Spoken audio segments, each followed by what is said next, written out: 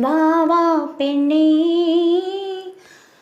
ஏசு பாட்டு படிச்சேன் நானே, ஏசு பாட்டு படிச்சேன் நானே. பூங்குயில் யாரது கொஞ்சம் பாருங்க, பெண்குயில் நானுங்க. அடி நீதானே அந்த குயில், யார் வீட்டு சொந்த